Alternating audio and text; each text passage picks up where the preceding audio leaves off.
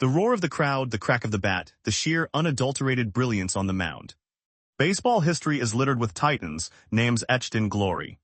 But sometimes even the brightest stars flicker, dimmed by forces beyond their control. Today, we're diving into the confounding career of Terry Felton, a pitcher who ascended to the stratosphere, only to be swallowed by a chilling series of curses that seemed to follow him wherever he threw.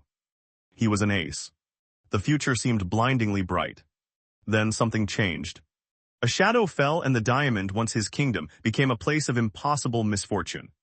This is the story of Terry Felton, the man who had all the talent, and then it seemed all the bad luck in the world. From an early age, Terry Felton possessed a gift. Born in rural Alabama in 1956, the baseball diamond was his playground. His fastball hummed, his curveball danced, and scouts took notice. He bypassed college, signing straight out of high school with the Philadelphia Phillies in 1974. He was a blue-chip prospect, a pitcher destined for greatness. His minor league ascent was swift and dominant. In the Phillies system, he tore through lineups with a poise that belied his youth. By 1979, he was ready for the big leagues. The Phillies, a team on the cusp of something special themselves, called him up. He made his major league debut on July 30, 1979, against the St. Louis Cardinals. Felton wasn't just a call-up, he was an immediate impact player. He looked like he belonged. His first few starts were electric. He threw strikes, he battled, and he won games. In his rookie season, he pitched in 8 games, sporting a solid 3.53 ERA. It was a promising glimpse of what was to come. The following year, 1980, was supposed to be even bigger. The Phillies were legitimate contenders, and Felton was slated to be a key part of their rotation. He started the season strong, showcasing that nasty fastball and a wicked slider. He went 7-3 with a 3.70 ERA by the All-Star break. He was on the fast track, a young ace in the making. Then the first crack appeared in his seemingly perfect facade. It wasn't a slump, not a lack of talent, but something stranger. A freak accident. On July 10, 1980, during a game against the Cincinnati Reds, Felton was fielding a ground ball when he was struck by a line drive. It wasn't a shattering impact, but it was enough. He broke his wrist. A season that had promised so much, a season that saw the Phillies go on to win the World Series, was over for him. He watched from the sidelines as his teammates celebrated, a bitter taste in his mouth. It was the first hint that baseball and perhaps fate had other plans for Terry Felton. The wrist injury was a setback, but Felton was a fighter. He rehabbed diligently, eager to reclaim his spot in the Phillies' rotation. He returned in 1981, ready to prove that the injury was just a blip. He looked good, healthy, and still had that fire in his arm. However, his performance wasn't quite what it was before. His ERA crept up, and the wins didn't come as easily. Still, the Phillies believed in his talent. They saw the flashes of brilliance. But the team that had won the World Series in 1980 couldn't quite replicate that magic, and neither could Felton. He finished 1981 with a 4.11 ERA in 12 starts. It was a step back, a sign of rust, perhaps. Then came the trade that would seemingly usher in a new era of misfortune. Before the 1982 season, Felton was dealt to the Seattle Mariners. Seattle was a team desperate for pitching, a team that believed Felton could be their ace. He arrived with fanfare, ready to revitalize the Mariners' pitching staff. And for a while it seemed like he might.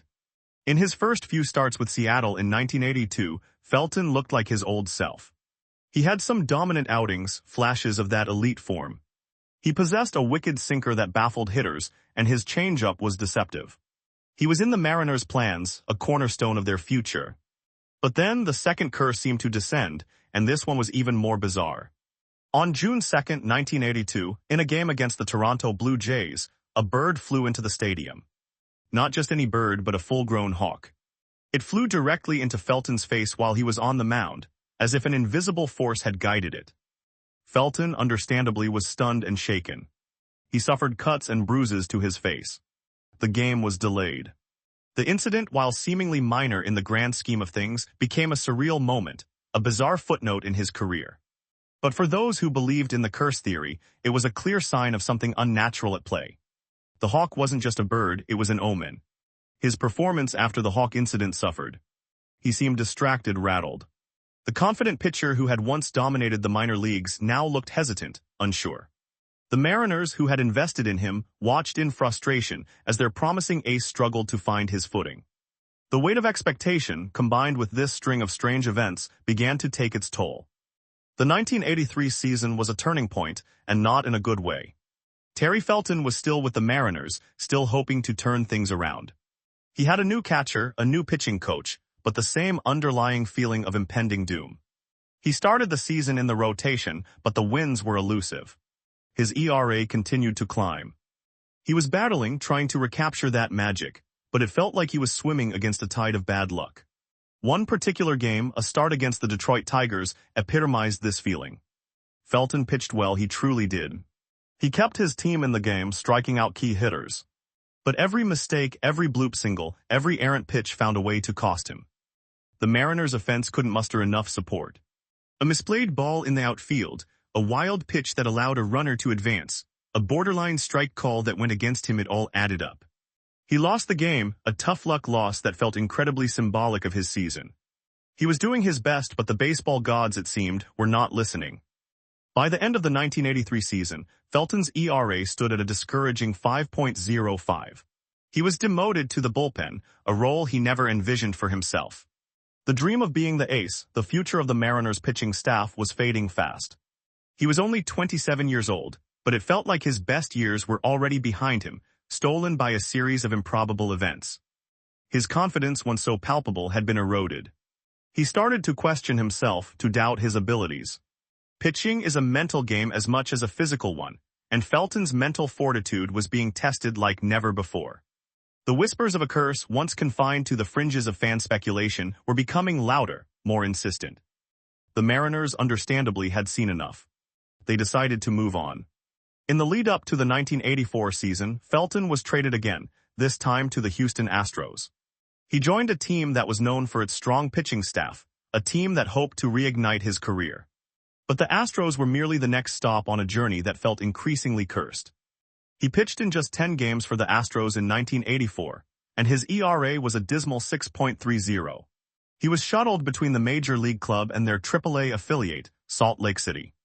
The once celebrated Phenom was now a journeyman, a player struggling to hang on. The narrative of Terry Felton had shifted from one of promise to one of profound disappointment. Houston released Felton in 1985. It was a bitter pill to swallow. He had given everything, but it felt like everything had been returned to him in the form of misfortune. He wasn't ready to give up, though. He latched on with the Baltimore Orioles organization, hoping for one last shot. He spent the 1985 season in the Orioles minor league system, pitching for their AAA team, the Rochester Red Wings. He still had the arm, he still had the competitive spirit. He pitched admirably at times, showing glimpses of his former self. But the magic, the luck, simply wasn't there. He finished his minor league career in 1986, and that was it. The major league dream had ended. Terry Felton, the pitcher who was once hailed as the next big thing, faded into obscurity, a cautionary tale. He ended his major league career with a record of 19 wins and 26 losses, a far cry from the prolific ace he was expected to become. His story is a perplexing one. Was it just bad luck? A confluence of unfortunate events? Or was there something more to it? The broken wrist, the hawk, the string of tough luck losses, they all add up to a narrative that feels too coincidental to ignore. Baseball lore is filled with tales of players who seemed destined for greatness, only to be derailed. Felton's tale is one of the most heartbreaking. He possessed the talent, the work ethic, and the drive. He had all the ingredients for a Hall of Fame career. But somewhere along the way, the ingredients got mixed with something bitter, something dark. The curses, real or imagined, seemed to conspire against him at every turn. His diamond became a battlefield, and he was always fighting an uphill battle. He never complained, never made excuses. He just pitched. He battled the hitters, he battled the injuries, and he battled the inexplicable. He was a testament to the unpredictable nature of sports, the fine line between glory and heartbreak. His career might have been cut short, but the legend, the enigma of Terry Felton, the ace who fell victim to the curses, lives on. Terry Felton's career serves as a stark reminder that sometimes, even with all the talent in the world, fate can have a cruel and unusual sense of humor. He was an ace, a pitcher destined for the stars, but the diamond, it seemed, was not his to conquer anymore.